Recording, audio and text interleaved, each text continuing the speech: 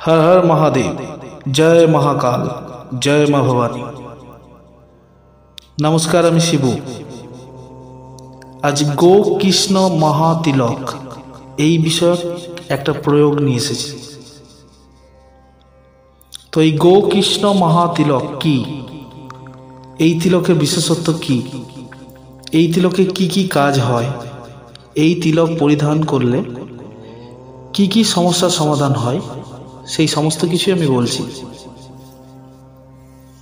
তবে এই নামটাতেই বুঝতে পারছেন, গো কৃষ্ণ মহাতিলক। গো শব্দের অর্থ হচ্ছে গাভী, মানে গো মাতা, আর কৃষ্ণ মানে ভগবান শ্রীকৃষ্ণ। তো এই দুয়ের মেলবন্ধনে যে তিলক হয় সেটাই গো কৃষ্ণ মহাতিলক।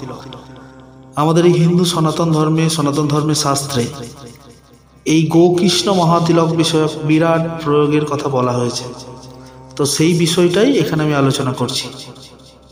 তো এই আলোচনাতে যাওয়ার আগে গো মাতাকে, ভগবান শ্রীকৃষ্ণকে প্রণাম করে এই প্রয়োগের কথা আমি শুরু করছি।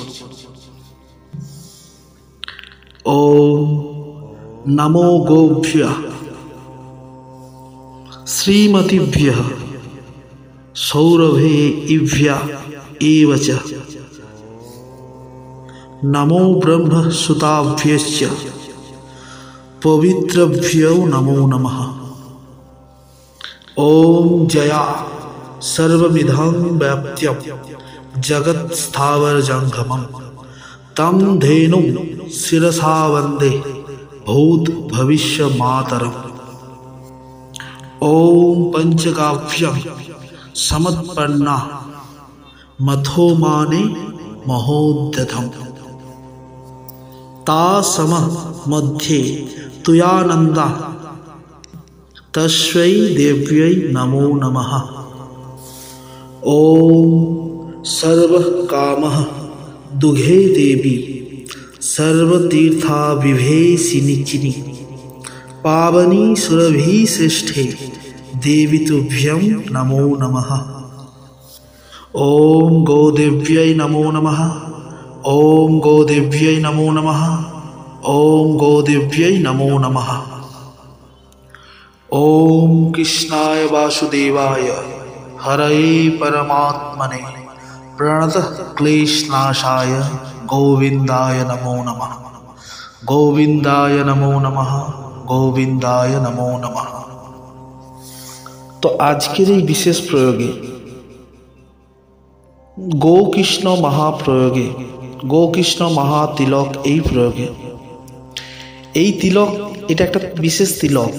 তো এই তিলক ধারণ করবেন যে কোনো ব্যক্তি, যে এই তিলক ধারণ করবেন তার সমস্ত কার্যে বাধা, সমস্ত ধরনের বাধা সংকট ভগবান শ্রীকৃষ্ণের আশীর্বাদে, গৌমাতার কৃপায় বাধা দূর হবে। তার শারীরিক, মানসিক এবং আদি ভৌতিক সমস্ত বিষয়ে উন্নতি হবে। তার অর্থনৈতিক উন্নতিও হবে।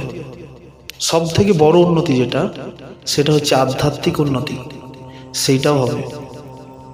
এই তিলক যার মস্তকে থাকবে, ভগবান এবং গৌমাতার কৃপা তার সাথে সব সময় বর্তমান থাকবে। এই তিলক ধারণকৃত ব্যক্তি সহজে কোনো বাধায় পড়বে না, সহজে কোনো অ্যাক্সিডেন্টের ভয় তার থাকবে না। হ্যাঁ, এই তিলক আপনি ধারণ করলেন, তারপর আপনি পাপ কার্যে লিপ্ত থাকলেন, আপনি ভাবলেন আপনার কাছে তিলক আছে তাহলে আপনার সমস্ত বাধা দূর হয়ে যাবে, সেরকম হবে না।